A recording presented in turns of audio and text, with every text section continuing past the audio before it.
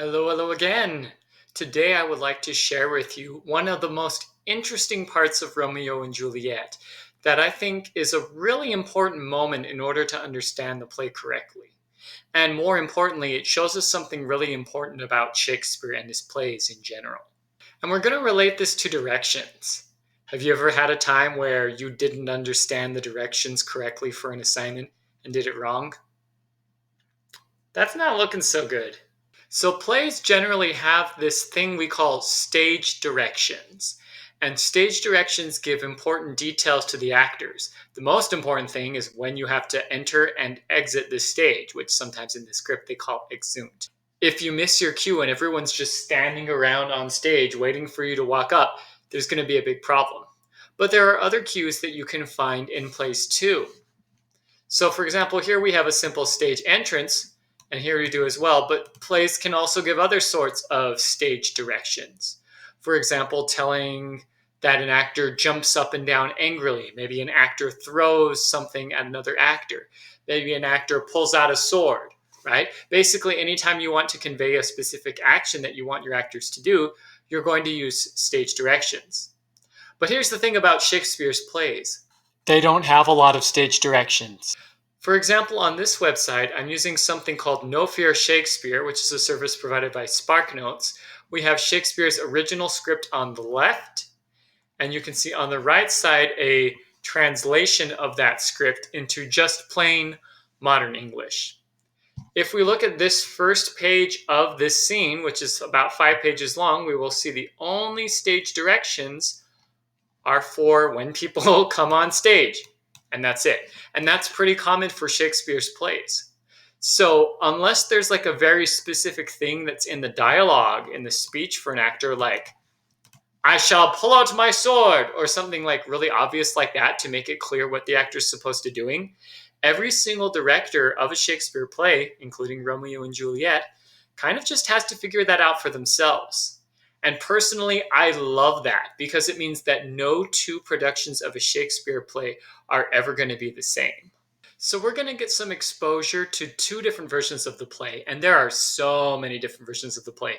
And I want to call your attention to a very specific line in the first scene that we ever see Juliet. So in this scene, her mom and her nurse are talking, and they bring in Juliet, and the mom wants Juliet to get married. She is almost 14 years old, which is kind of a young age, even back then in old-fashioned times, to get married. But Juliet's mom says, hey, I was already married when I was that age. I basically had you as a baby at that age. Ew. So anyway, the mom asks, how old is Juliet, my daughter? And the nurse, who's one of my favorite comic relief characters, launches into this giant weird story about all these memories she has of Juliet, like when she was breastfeeding her as a child, what the heck, when there was a random earthquake, and suddenly just gets really off track. And finally, the mom brings her back. She says, well, I want to talk about getting married, she says kind of desperately after asking the nurse to shut up.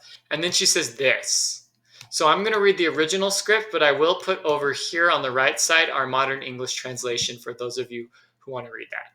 So the mom says, how stands your disposition to be married? In other words, what do you think about it? What's your attitude about getting married?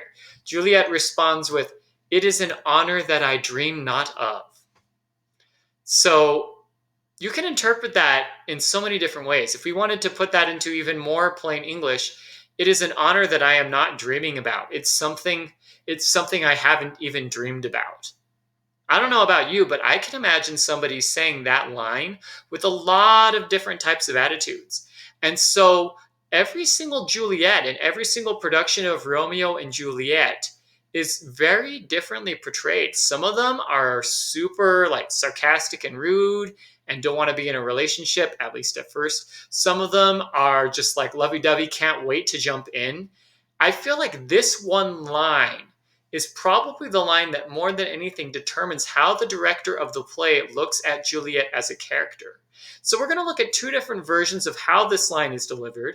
The first one is from a BBC radio play, so I'm just going to keep the script up, and we're going to be able to listen to the first 3 pages of this scene. After that, we're going to stop the video there, And we're going to go over and see how does another version interpret Juliet saying that exact same line, "It is an honor that I dream not of." Nurse, where's my daughter? Call her forth to me. Now, by my maidenhead at 12-year-old, I bade her come. What lamb? What, ladybird? God forbid, where is this girl? What Juliets? How now? Who calls? Your mother. Madam, I am here. What is your will? This is the matter. Nurse, give leave a while. We must talk in secret. Oh? Nurse, come back again. I have remembered me. Thou's hear our counsel. Thou knowest my daughter's of a pretty age. Faith, I can tell her age into an hour. She's not 14. I'll lay 14 in my teeth, and yet to my team be it spoken, I have but 4. She's not 14. How long it's now to Lammas time? A fortnight and odd days. Even a rod of all days in the year, come Lammas Eve at night, shall she be 14. Nurse. Susan and she, God rest all Christian souls, were of an age. Well, Susan is with God. Oh, she was too good for me. No. But as I said, on Lammas Eve at night shall she be 14. That shall she marry, I remember it well. 'Tis since the earthquake now 11 years, and she was weaned. I never shall forget it, of all days of the year upon that day. For I then laid wormwood to my dog. Yeah, that's probably enough of that for now, especially considering we're about to hear some of it again. But goodness gracious. Let's just skip to the part where her mom asks what she thinks about getting married. And I might live to see thee married once. I have my wish. Marry, that marry is the very theme I came to talk of. Tell me, daughter Juliet, how stands your dispositions to be married? It is an honor that I dream not of. Honor. Did you notice Juliet's tone of voice when her mom said, "How stands your disposition to be married?" And she replied, "It is an honor that I dream not of." How would you describe that? I think I would say Juliet sounded very unenthusiastic about the idea of getting married, right?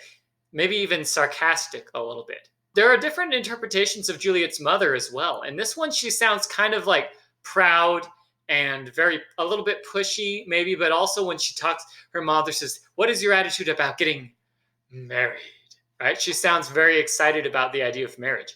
I've seen some versions of this play where Juliet's mother says that line in the most pushy and almost rude way you can imagine.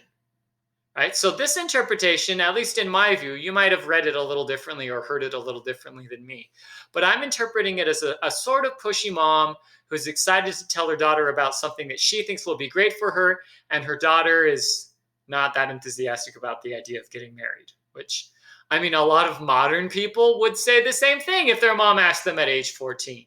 In Shakespeare's time, when this play was set back in ancient Italy, so actually even earlier than Shakespeare's time, it would not have been as strange, but still, 14 was pretty young for that. Okay, so now let's take a look at another version. This time we're not going to have the script in front of us. We're actually going to watch part of a version set in 1976. Whew.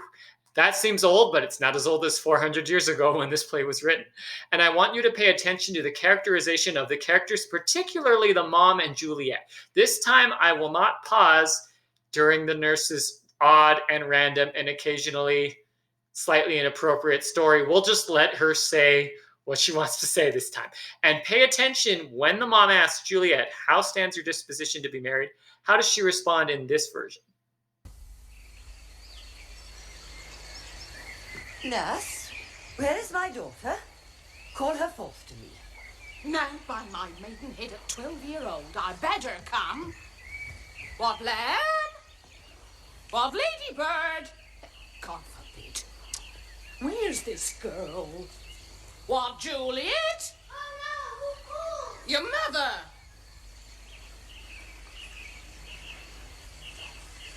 Madam, I'm here. What is your will? This is the matter. Nurse, give leave a while. We must talk in secret. Nurse, come back again. I have remembered me. Thus hear our counsel.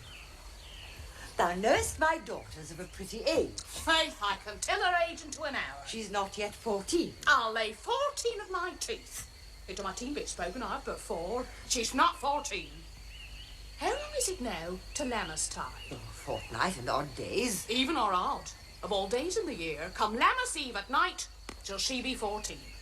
Susan and she, God rest all Christian souls, were of an age. Well, Susan is with God. She's too good for me. But as I said, on Lammas Eve at night shall she be 14. That shall she. Marry, I remember it well. 'Tis since the earthquake now 11 years.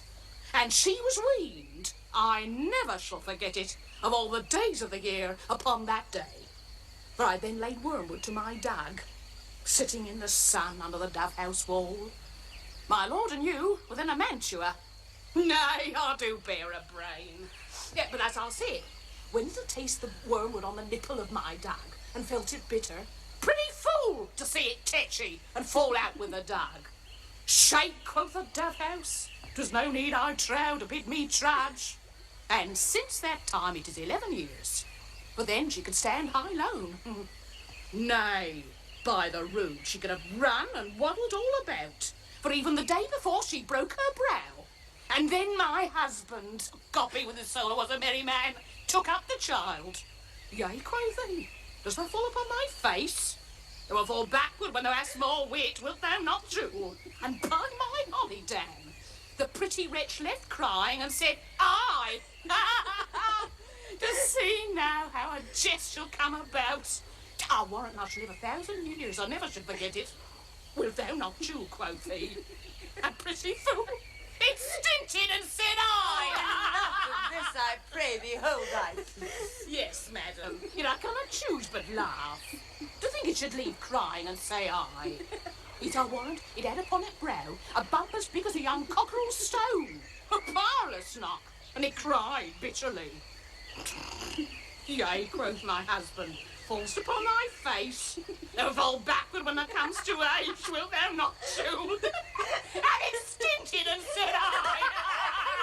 Tis thou too, I pray thee, nurse, say I. Peace I have done. God mark thee to his grace. Thou was the prettiest babe that e'er I nursed. And I might live to see thee married once. I have my wish. Marry, that marry is the very theme I came to talk of. Tell me, daughter Juliet, how stands your disposition to be married? It is an honour that I dream not of. An honour? So what do you think? How does this Juliet feel about getting married? I mean, she used the exact same words as the one in the other version we heard. It is an honor that I dream not of. But how would you describe her attitude? Kind of cringy, right? My goodness gracious. She's just like, oh my gosh, it's something so wonderful. I haven't even dreamed about it.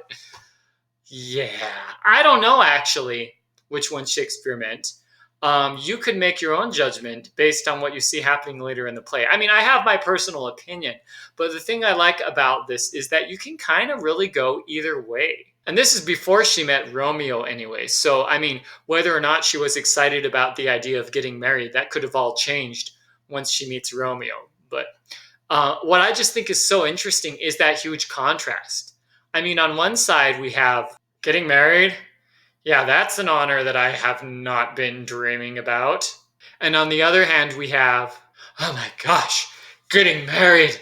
I haven't even been dreaming about that. It's so amazing.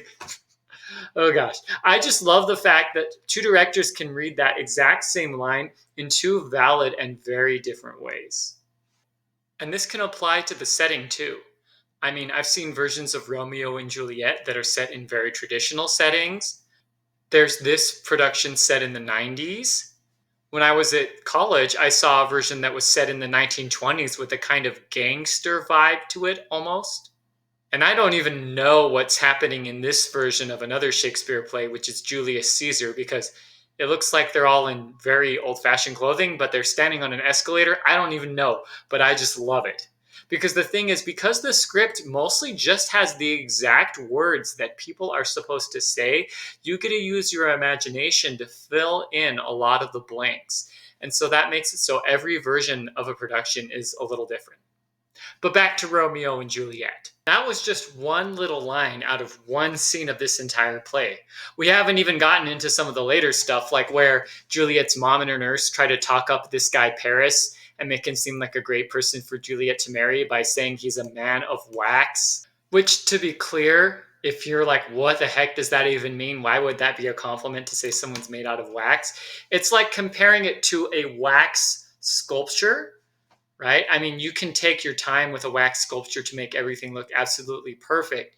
It's like better than reality. So they're basically saying, you know, Paris is so handsome, it looks like he was photoshopped, right? How do you even get looking that good? You know, so it's funny to see how some of the compliments and things have carried over and some have not from Shakespeare's time. Anyway, though, the point is, I just think that one of the reasons why Shakespeare's plays are still popular today, besides the really interesting themes and the comedy and the beautiful language and such, the other thing is just this openness, this ability for you to interpret this play in so many different ways and to interpret every single character in the play, depending on the lines they say, in so many different ways, is one of the reasons why people are really interested in Shakespeare still nowadays. So I hope that you will realize that if you're listening to a certain recording of this play or watching, you know what, I just got to get rid of that wax sculpture. That's freaking me out.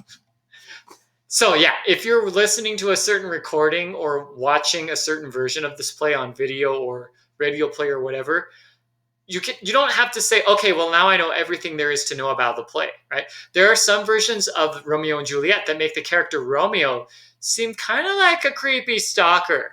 And there are other versions that make him seem kind of like this cute little lovesick guy who's just trying to do the best he can in life. I mean, same thing with Juliet, right? Is she like your typical sarcastic teenager who doesn't like being told what to do by her mom? Oh, I didn't dream about that. Or is she like some love-struck, marriage-hungry, possibly baby-hungry woman who just wants to get married the second she can? Based on the interpretation of these lines, it could go either way. And that's what's kind of cool about Shakespeare. It feels kind of weird to use the phrase baby hungry in one of the last sentences of a video about Shakespeare, but there you go. Interpret things as you will.